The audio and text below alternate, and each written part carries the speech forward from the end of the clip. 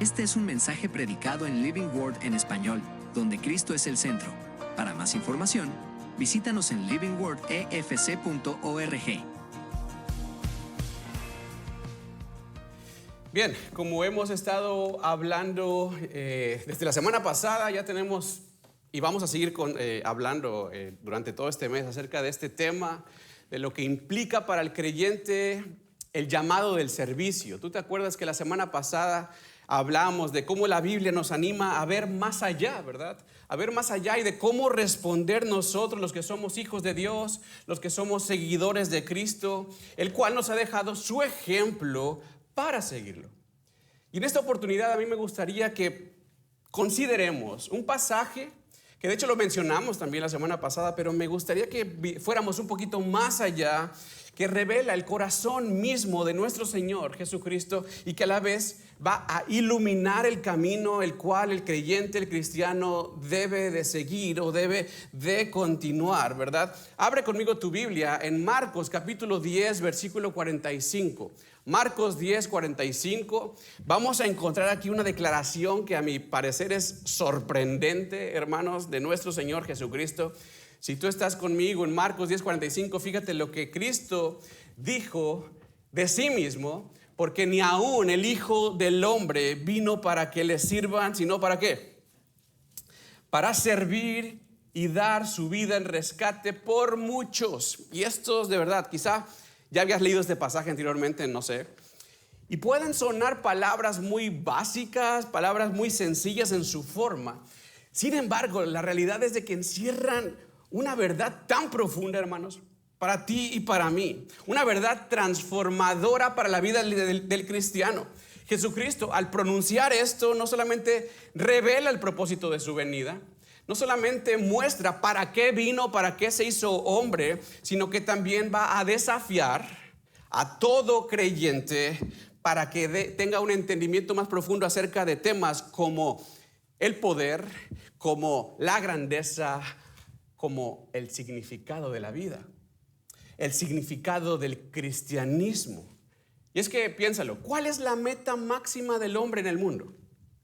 Yo creo que precisamente esto, ¿no? Buscar grandeza, buscar poder, buscar estatus, buscar posición. Yo creo que muchas personas viven de esta forma, persiguiendo el estatus, persiguiendo el poder. Esto es una realidad en nuestra vida o en la vida de muchos. Pero cuando tú y yo consideramos el ejemplo de Cristo, que siendo Dios, el creador del universo, el sustentador del universo, que no vino para ser servido, sino para servir y dar su vida en rescate de muchos, ¿dónde quedan nuestros deseos? ¿En dónde quedan realmente nuestros anhelos terrenales? ¿Te das cuenta?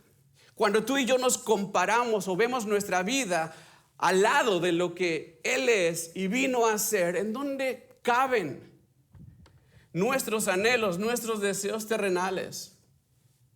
Yo te puedo asegurar que en nuestro propósito de vida, muy pocos son los que han considerado dentro de su andar cristiano el servicio. Muy pocos.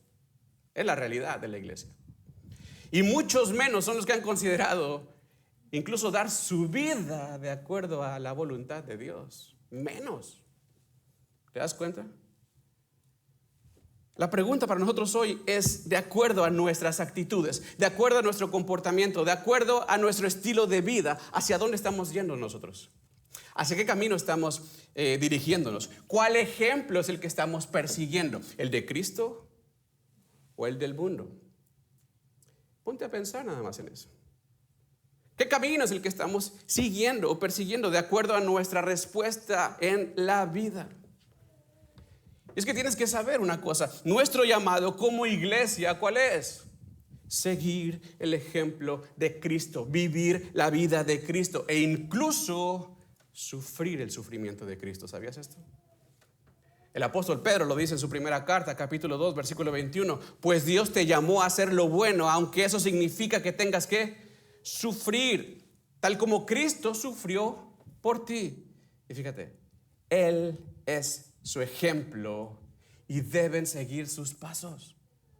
El apóstol Pablo también lo dijo a los Filipenses capítulo 2 versos 5 y 6. Tengan esta misma actitud que tuvo Cristo Jesús, el cual siendo Dios, no consideró que el ser igual a Dios fuera algo a lo cual aferrarse. ¿Qué te dice esto? Jesucristo, siendo Dios, no se aferró a eso en su vida o en su andar. ¿Te das cuenta? Y es que necesitamos tú y yo identificar la verdad, hacia dónde estamos dirigiendo nuestros pasos, hacia dónde estamos yendo en nuestra vida, cuál es la prioridad que tenemos en nuestras decisiones. Porque hermanos, o es lo uno o es lo otro, o es un camino o es el otro, pero no podemos partirnos a la mitad. La realidad de dónde se encuentra nuestro corazón se ve reflejada en nuestras decisiones, en nuestras actitudes, en nuestro comportamiento. ¿Dónde estamos realmente?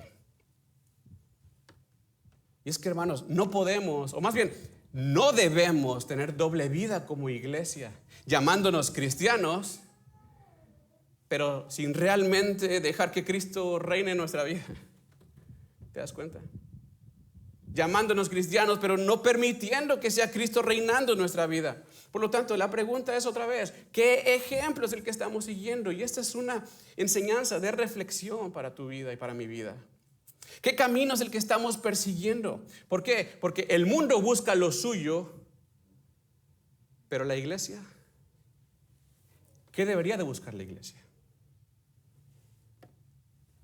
De hecho, si podemos notar unos versículos antes de lo que Jesús viene hablando en Marcos 10, los versos 42, fíjate lo que él dice: los que son tenidos por gobernantes de las naciones, ellos se enseñorean.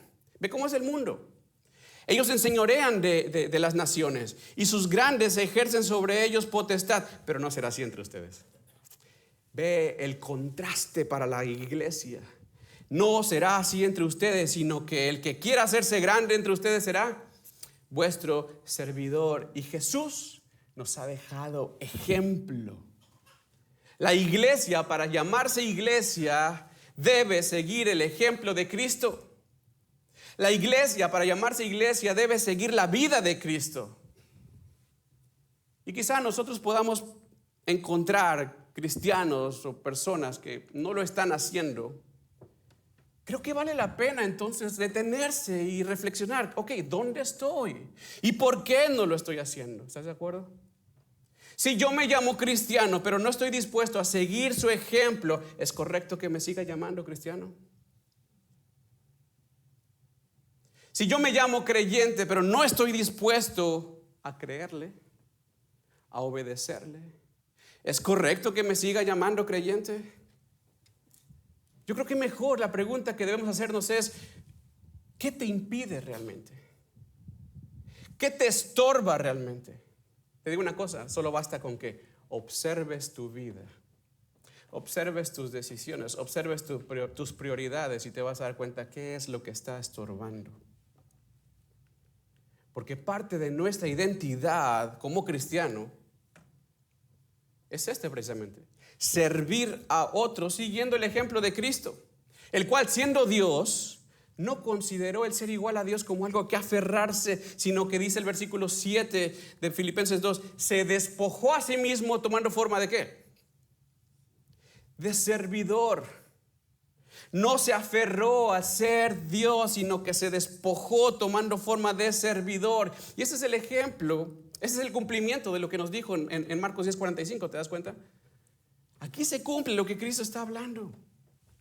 Ahora, date cuenta de algo aquí que el Señor presenta. Nota que Jesús no simplemente dice: el Hijo del Hombre no vino para que le sirvan. Él dice algo interesante. Él introduce ni aún el Hijo del Hombre vino para que le sirvan. En otras palabras, está diciendo: si Dios hecho hombre no busca ser servido, ¿quién sí merece? ¿Quién sí merece tener esa actitud de vengan y sírvanme? Si ni aún Dios siendo hombre busca ser servido. O sea, si alguien pudiese razonablemente esperar que le sirvan, ese es el Hijo de Dios. Sin embargo, ni aún Él vino para ser servido, sino para servir. Jesucristo está utilizando este título de Hijo de Hombre como un llamado a darnos cuenta de que Él es gobernador, de que Él es autoridad, de que Él es dominante. Y todo eso con el objetivo de demostrar lo que está diciendo en su afirmación. Ni siquiera la persona que tiene tal nivel busca ser servido, iglesia. Ni siquiera la persona que tiene esa capacidad, ese estatus, busca ser servido. ¿Te das cuenta? Es necesario que nosotros como creyentes, como hijos de Dios y seguidores de Cristo, cambiemos entonces nuestra perspectiva del cristianismo. Como dice Marcos, los versos anteriores, cualquiera de ustedes que desee llegar a ser grande, ¿qué? Será servidor. Cualquiera de ustedes que desee ser el primero, será siervo. Esta es la perspectiva que Cristo quiere para el creyente, para la iglesia. Jesús lo que está diciendo acá es: ¿te crees grande? ¿Te consideras primero por las capacidades que tú tienes? Está bien. Pero usa esas capacidades, usa esa grandeza para servir a otros. ¿Sí me explico? Porque así como Jesús es la persona más poderosa que ha pisado jamás esta tierra, Él usó ese poder no para gloriarse, no para menospreciar, no para someter a todos a su servicio, sino ¿para qué? ¿Para qué usó esa grandeza? ¿Para qué usó ese poder Jesús? Para servir. ¿Te das cuenta? Yo te pregunto una cosa: ¿dejó Jesús de ser importante? ¿Dejó Jesús de ser poderoso? Por supuesto que no. El servicio no elimina ni disminuye el poder y la grandeza, mis hermanos. Arranquemos esto de nuestra cabeza y de nuestro corazón. El servicio no hace menos a las personas. Lo que Cristo viene a hacer es más bien presentar un nuevo tipo de poder. Uno que es sacrificial, uno que no se aprovecha de los débiles, sino más bien que los ayuda, que los impulsa, que los lleva, que los levanta. Es acá donde entendemos entonces lo que Pablo viene hablando, lo que trae en mente en Filipenses 2 cuando mencionó esto que leímos hace un momento. Porque los versos anteriores, versos 3 y 4, fíjate lo que Pablo está tratando de mostrar cuando dijo: no hagan nada por egoísmo, por vanagloria, sino que con una actitud, ¿cómo? Humilde, cada uno de ustedes considere al otro como más importante que a sí mismo. No buscando cada uno su propio interés, sino más bien los intereses de los demás. Y después dice en el verso 5: haya en ustedes esta actitud que hubo en Cristo, este sentir que hubo en Cristo. En otras palabras, sigan el ejemplo de Cristo. No son menos ni se hacen menos. No es un llamado a menospreciarse a sí mismo. Más bien es un llamado a que reflejen y sean en todo el esplendor de la palabra hijos de Dios, seguidores de Cristo. De eso está hablando. Es por eso que tú y yo llevamos el nombre de Cristo en nosotros. Somos cristianos, somos seguidores de Cristo que le representamos con nuestra vida. Porque si no, imagínate, es como si te pusieras la camiseta de algún equipo, pero le echaras porras al otro equipo. Así nos vemos cuando nos llamamos cristianos, pero estamos siguiendo al mundo. De esa manera. No tiene sentido, iglesia. No tiene ningún sentido.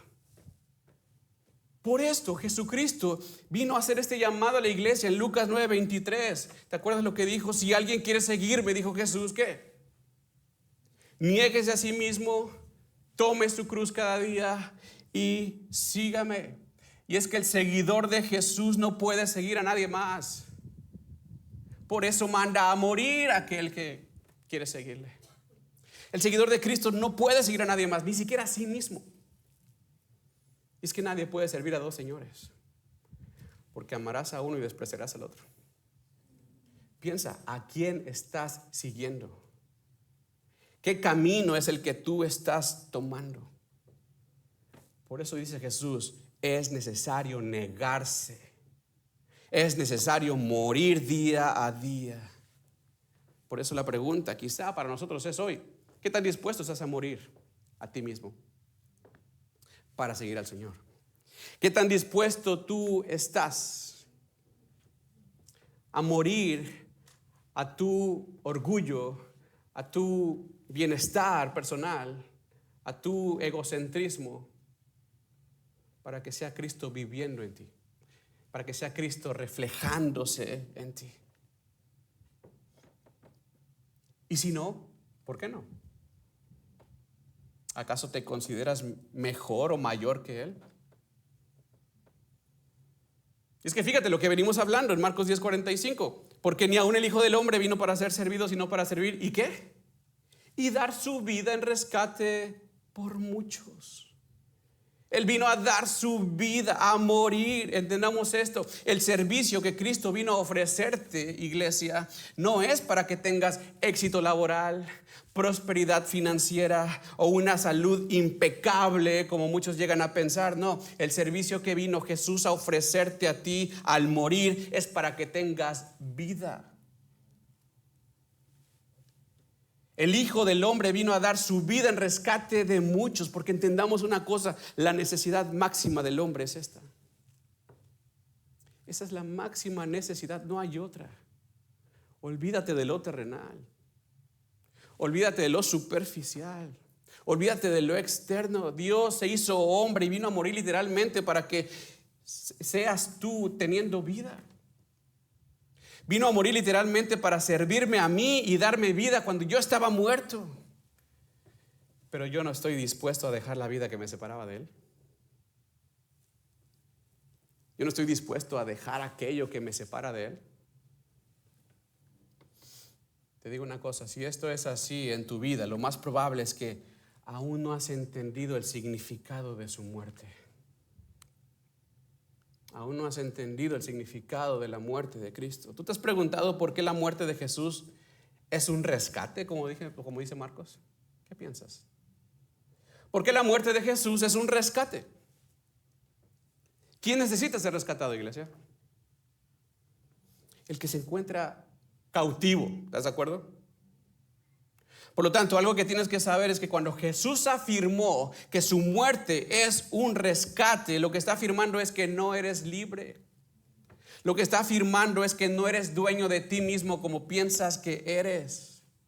El hombre cree que es libre, el hombre cree que es su propio dueño, pero la verdad dice la Biblia que es esclavo del pecado y se encuentra atrapado y condenado eternamente por el pecado.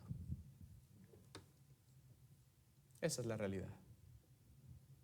¿Alguna vez te has preguntado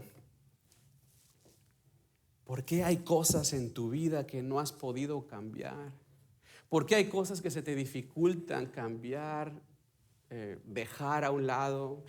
No sé, tus tendencias, tus reacciones, tus patrones de pensamiento, de comportamiento, entre muchas otras cosas. Es precisamente por esto. ¿Cuántas veces ha pasado por tu mente? Me gustaría ser diferente, ¿no? En esta situación o en esta forma o en esta... Me gustaría ser diferente. Y es que la realidad es de que en última instancia el hombre trabaja completamente para el pecado porque se encuentra sometido al pecado. Esa es la realidad del hombre. El pecado lo tiene sometido. Pablo dijo a los Romanos capítulo 3 verso 10 que no hay ni un solo justo, no hay quien haga lo bueno, no hay quien busque a Dios, no hay ni siquiera uno, todos están desviados. El corazón del hombre se encuentra vendido, cautivo por el pecado. ¿Pero qué no se supone que yo tengo el control de mi vida? ¿No se supone que yo soy mi propio dueño?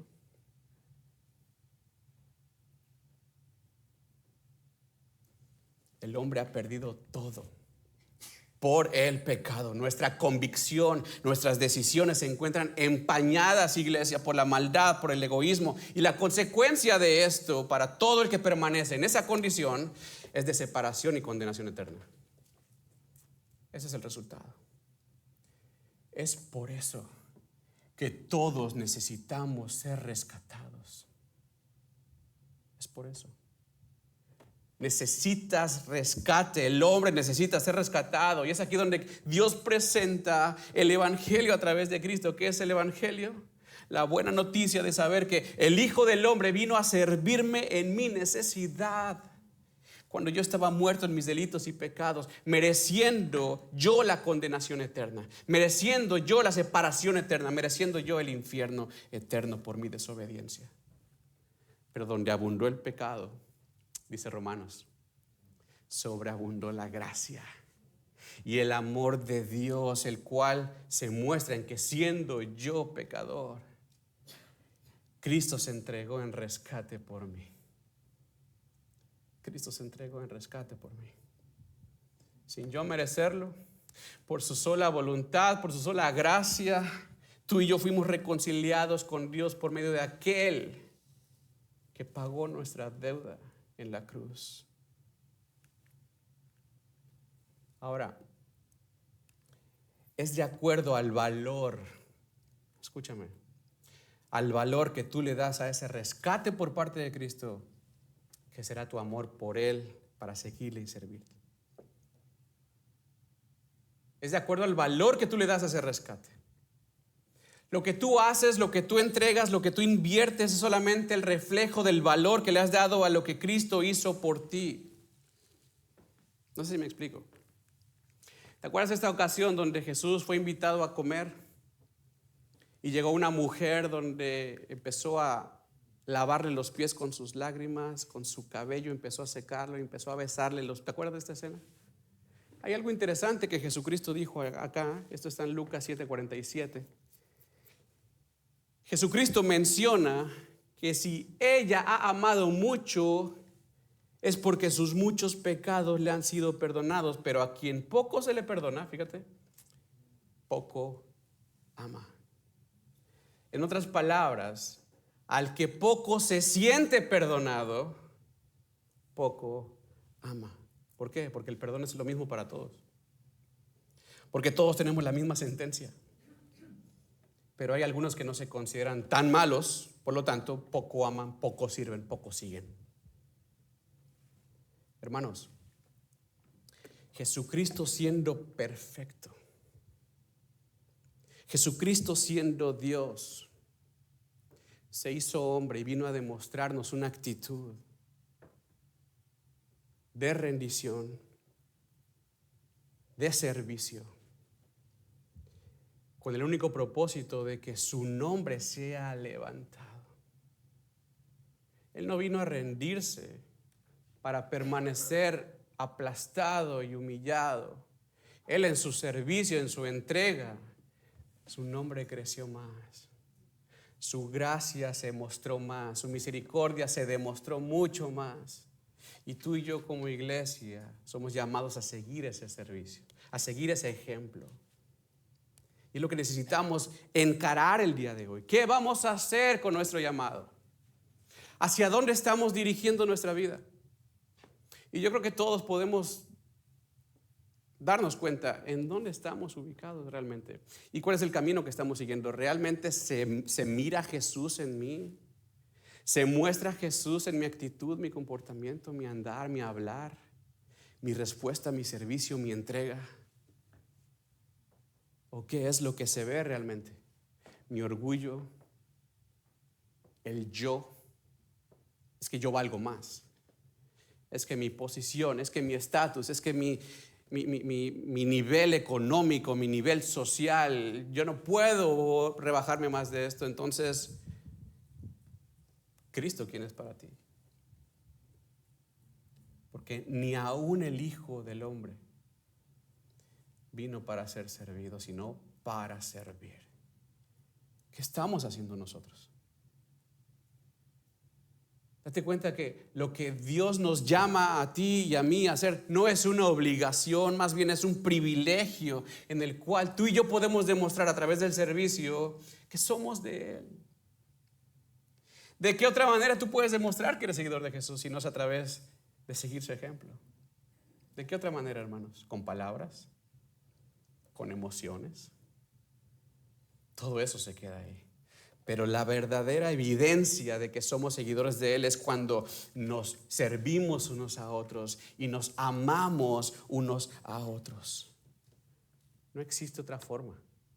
Si Cristo ha venido a ti a servirte y has disfrutado o estás disfrutando de sus beneficios, el llamado es que seamos una extensión de su gracia y participemos de su obra para la gloria de su nombre. Tomemos esta oportunidad entonces para demostrar, para dar, para hacer y para evidenciar lo que primero Él ha hecho en nosotros. ¿Te parece bien si juntos empezamos a poner la mirada en Cristo y vivimos como esta iglesia que Él ha formado con su vida, con su sangre, para seguir su ejemplo y para demostrar que Él es nuestro Salvador? Este fue un mensaje predicado en Living Word en español, donde Cristo es el centro.